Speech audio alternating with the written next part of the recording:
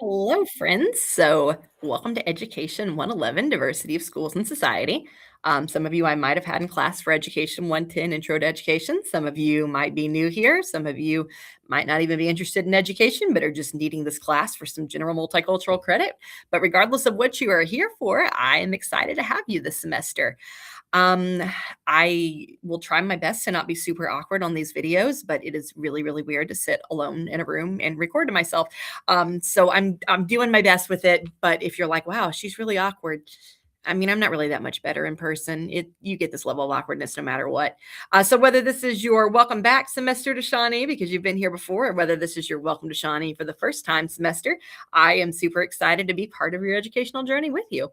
So, to just kind of talk about this is kind of your introductory video where we talk about just what the overview of the class is, some general reminders about like behavior sounds really, really weird and kind of elementary when I say it that way, but we're just going to talk about like some norms for what would be acceptable for this class. Just kind of a brief background of why this class matters. And we're going to define a couple of words that we'll need to know for this class. And then I'm going to kind of give you some overview of the class in terms of like how assignments work and just generally how to be successful in here. So, in case you've never had me in class before, I am Laura Hosfeld, and I actually graduated from Shawnee College myself. So I started my education just like you all did as a Shawnee Saint. And then I got my Associate of Arts from Shawnee College. I transferred to SIU after that, and I finished my Bachelor of Science in Secondary English Education. I've taught, this is my 15th year teaching, which is crazy to think about. Previous to this, I taught at Polk County, which is in Golconda, which is like the southeast corner of the state. It's the really long, it's the county that's got the long tail on the end of it. If you imagine like a county map of Illinois. I taught a variety of things while I was there, including English education classes, speech, vocal music, and a variety of other things. I was also the librarian for a while. So I've done a whole lot of things in my educational career. I'm currently at Vienna High School now, where I used to teach sophomore and junior English, but now I've moved exclusively to teaching dual credit speech, theater appreciation. I teach dual credit English for a couple of other schools in our region, and then I adjunct teach for Shawnee College this class. I've also coached some things in the past. So I have some experience in color bowl, musical theater, magical dinners, competition speech team, and competition choir, which again is a wide variety of things, but I'm kind of strange, so it's not as surprising if you know me. I did my postgraduate or my graduate education. So your undergraduate, of course, is your bachelor's degree and below. Your graduate education is your master's degree and beyond. I have a master's degree in education from McKendree, an educational specialist degree from McKendree, and I'm working on my doctoral program right now because apparently I just can't get enough of school. That's me up there. If you can't tell, that one right there with the bangs. I've had the same haircut since I was, like ever since I grew hair, I guess. I don't know. If you find my kindergarten picture, I just look like an older version of that with glasses because my eyes suck more now. I'm also the parent to two perfect little red-haired children that you can see there. And that's easily my favorite thing about my life at this point. But I do love teaching, and I'm super excited to be your teacher. I mean, I'm not just saying that like because this is a video. Like, I truly do love teaching. Like, I left teaching and worked in academic advisement for a year at Shawnee, actually, and I miss teaching so bad that I was like, put me back in the classroom. I miss it. So anyway, now I'm teaching and I'm doing all the things I love, and I'm really happy with it. So some just general reminders about this class. Obviously, life happens, and I recognize that, but you'll try to not try to fall behind as much as possible. This is an accelerated 12-week class, so we have 18 weeks of material that we have to cram into 12 weeks. Yeah, it's a lot of work, but don't worry. I have it spaced out to where I feel like it's pretty reasonable for you. If you took Education 110 with me, you had to do 15 hours of observation in a classroom for that class. You do not have to for this class. There is no classroom observation requirement for this class. So no stress. You don't have to do any observations in a classroom. As far as, sorry, there's a little toolbar that's right in my way and I can't see that next slide. Okay, just making sure it said what I thought it said. As far as things that we do each week, you'll have little reflection journals that we'll do. I can actually pull that up for you right now. Let me share this tab instead. Randomly throughout my lecture notes, you'll see something that says in your digital reflection notebook, which you will find right here. So you will be able to make a copy of this assignment whenever it comes through with you. You won't be able to edit it, but you'll click file and you'll click make a copy, and then you'll make your own copy, of course, that you can edit from there.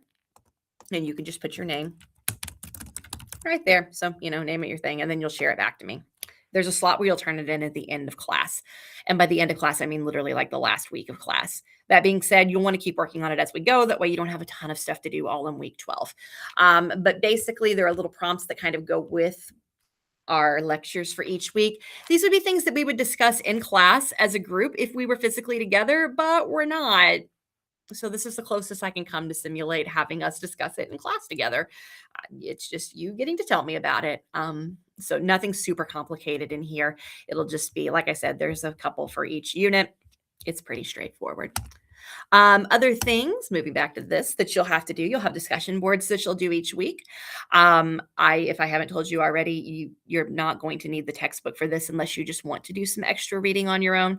I've taken all the material from the textbook and more or less put it into our lecture notes for the week. So if you just are looking for some extra reading, you're more than welcome to buy it. But we'll talk a lot about equity in this class, and a textbook that costs $120 is kind of a huge equity barrier for a lot of people, right? Like that's a lot of groceries that you can get with that. So unless you just have a free copy or really want to buy it, you don't necessarily need it. I will cover everything you need in your slideshows. You'll have discussion boards that we'll do each week. You will have 4 major projects that you do throughout the semester that I have spaced out basically every 3-ish weeks. That kind of build on like a unit at a time. And then, of course, we'll do a portfolio at the end, and there'll be a whole separate lesson on that. So more about that later. As a note, we do discuss contemporary issues in here. So make sure you're treating each other respectfully. I know we're obviously not going to be able to have live normal conversation as we would if we were physically in a room together, but we do have those discussion forums, and you do need to be kind and considerate whenever you're talking to other people. Treat them as you want to be treated. Be good. Be nice. Don't be the angry people in the comments of Facebook. It's not a good thing. So a couple of words that you just kind of need to know as we go into this. When we talk about equity, a lot of people think that that's the same as equality, but it's not. And actually, I'm going to go to the next slide because I kind of have a visual representation of that on here. Equity isn't about giving everybody the exact same treatment. It's about helping people achieve a level of equality through what they need individually. So like, for example, you've got this picture over here of, reality, and you've got it's these people trying to watch a baseball game, right? And you've got one guy who has like 16 boxes and can see over the fence. You've got one kid who can have one box and is seeing a little bit. And you got another kid who's starting in a hole, right? Can't see anything that's going on. Equality would be if we gave every single one of them one box. But that's not really that helpful, right? This kid who's really, really tall probably didn't need it to begin with. And this guy down here is still really short and can't see. Equity is when everyone gets what they need. And that, you know what I mean? And they might not receive the exact same thing, right? Guy over here doesn't need a box, so he's not receiving one. Kid over here needs 2 boxes, so he's getting 2. But it puts them in a position where they have the same level playing field. That's what we're talking about when we're talking about equity. And then I do like this particular version of this cartoon because the real idea is that in a world where you actually had full justice, you would just take the fence out and everyone could see the game, right?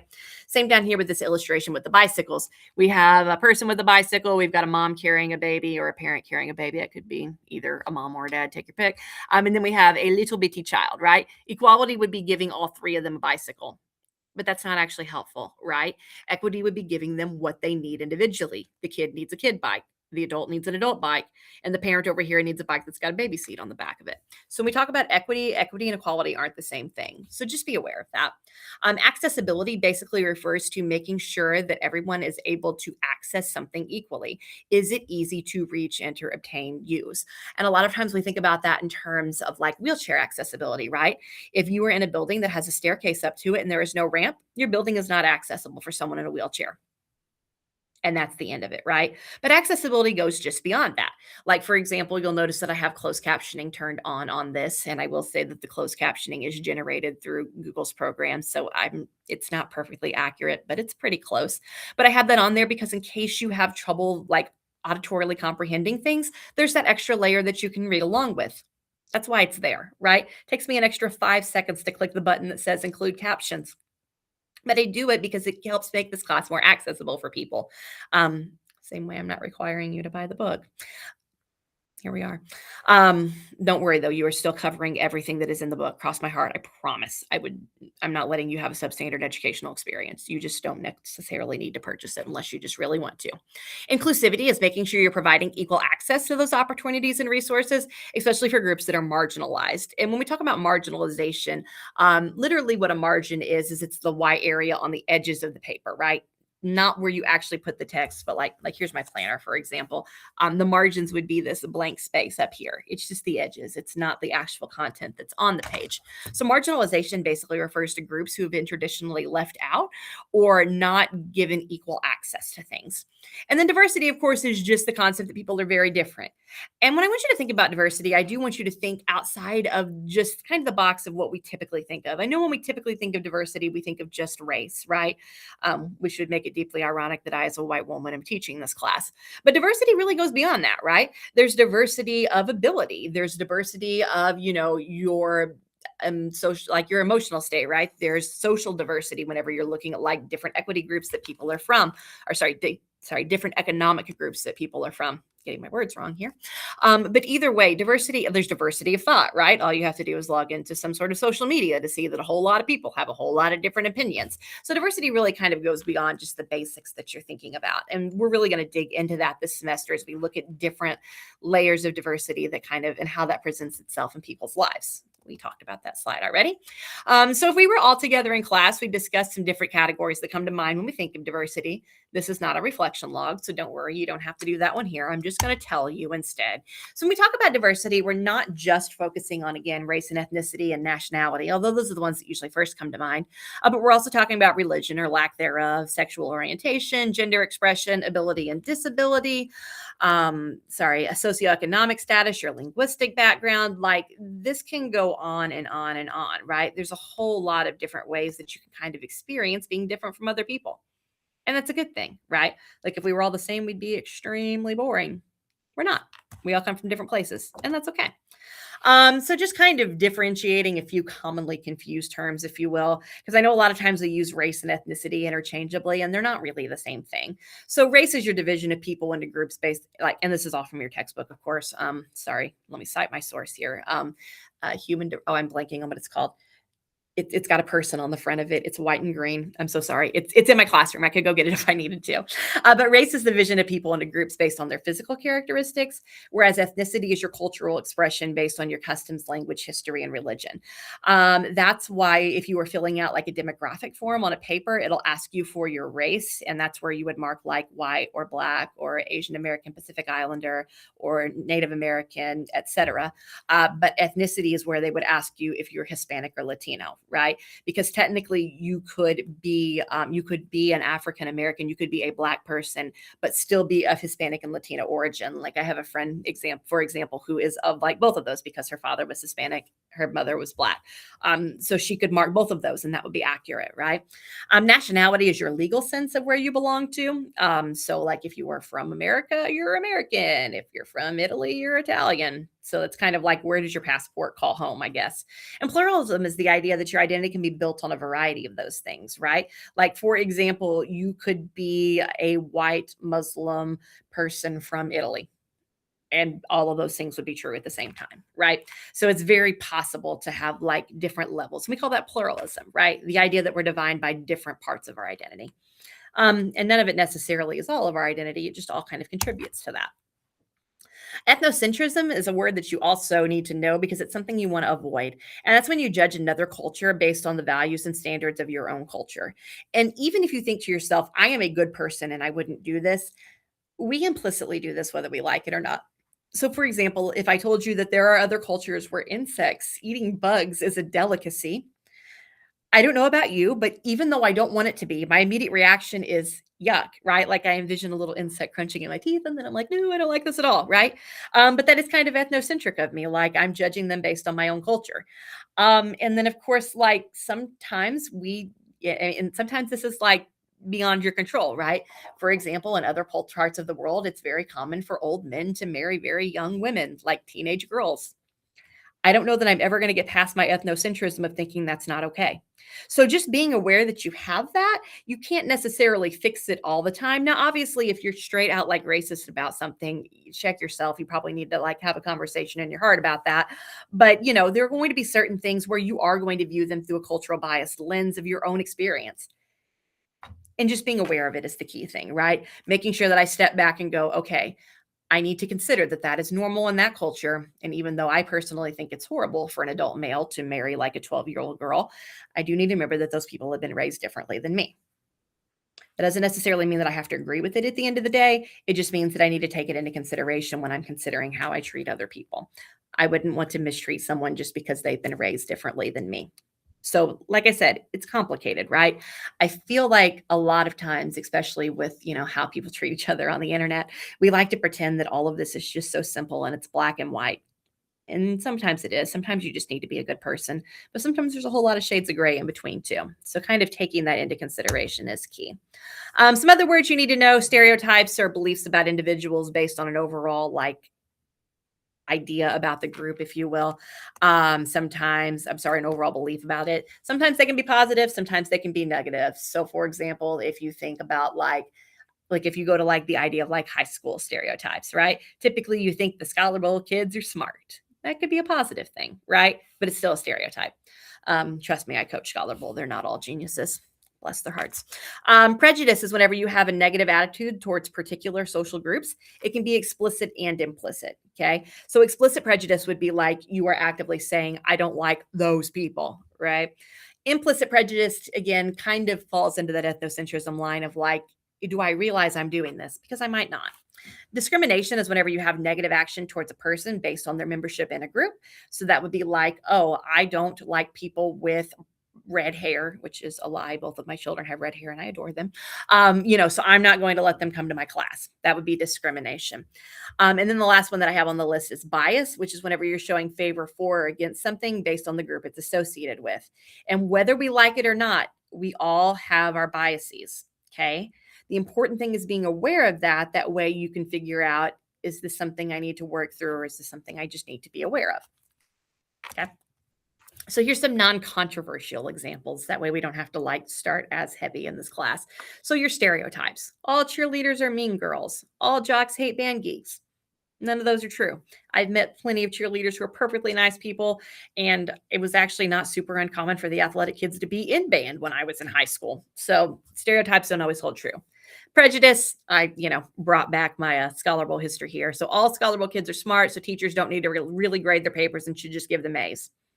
Totally untrue. I had a kid who was academically ineligible one time to play Scholar Bowl because he couldn't get his life together. That'd be a prejudice, and that would not work out. Discrimination would be like, oh, cheerleaders have to be girls, so boys shouldn't try out for the team. Also untrue, right? While cheerleading might be historically considered a girl sport, there's a whole lot that guys can bring to cheerleading, and there's plenty of male cheerleaders that are fine. Bias would be the idea of like, oh, so young teachers are so much cooler than old people, so we should only hire young teachers, which is insulting to me as an old person because I'd like to think I'm pretty okay myself. So those are just kind of some non-controversial examples. You can extrapolate those out and imagine how much worse they get whenever you actually start dealing with things that are really like an important part of someone's identity, right? Like if somebody judges me based on the fact that I was a Scholar Bowl kid in high school, that doesn't hurt. It's Scholar Bowl. I mean, I love Scholar Bowl. Like truly, I coached it for like over a decade. But it's not as connected to me as like if, say, somebody were, discriminating on me based on my religion. So making sure that we do treat people with kindness is really key here. Which brings me to this slide, empathy. Empathy is another word you need to know, and it's not the same as sympathy. Sympathy, with an S-Y-M, empathy, is whenever you are feeling sorry for someone. Empathy is whenever you stop and put yourself in their situation and consider how do they feel about that. And sometimes that's easier said than done because sometimes we don't want to empathize with people, right? Like, again, going back to the example of like in cultures where it's normal to marry off young women to older men. It's kind of hard for me to empathize with an older man in that scenario. But at the same time, if I want to truly be inclusive of other people, I do need to stop and consider, if I were raised this way, this might impact how I view things. And in that case, perhaps rather than just automatically hating someone, my goal needs to be to educate them. I'm not saying you have to accept necessarily something that you don't agree with. I'm never going to think it's okay to marry off a 12-year-old girl to a grown man. But I can consider with empathy that if you haven't been raised to realize why that's a problem, education is the next step, not automatically discriminating against someone, which is hard, right? Because ultimately, as humans, you have an in group and an out group, and you want to just be like, nope, canceled, move on. Where education is really the step that we need to be taking. It's a hard pill to swallow. So overall, I want you to think beyond your own experiences and have empathy for others. For some of us, that comes natural. For some of us, that's a little bit harder. I'm not the nicest person on the planet. Sometimes it is very difficult for me to empathize with other people, but I'm working on getting better, which is all that we can all do every day. So through these lessons, like I told you before, I'm going to reference that reflection journal. There's a link to it that you can click on this link here, or sorry, that you can click on this slide right here. If you can see where it's hyperlinked blue. Sorry, I have a little cursor. I can circle it. Here it is. If you click on that on your slideshow, that'll take you back to that reflection notebook. And then there's also a link to it posted. Make sure you make a copy of it. You're not going to have to turn it in until the end of the semester, but you will work on it throughout the semester, because if you wait until the end, you will be miserable as you try to remember everything we talked about 10 weeks ago or whatever. So do this as you go. That way you're not suffering at the end, even though I'm not technically checking it until the end. Alrighty, so without further ado, that's the end of the welcome to class orientation. Your next stop will be to talk about the portfolio. For you to watch me talk about the portfolio, so that you know exactly what's expected of you there. So I'll see you there shortly. Sorry. Ooh, look at me, not knowing how to stop the call. How embarrassing. Here we are. Bye.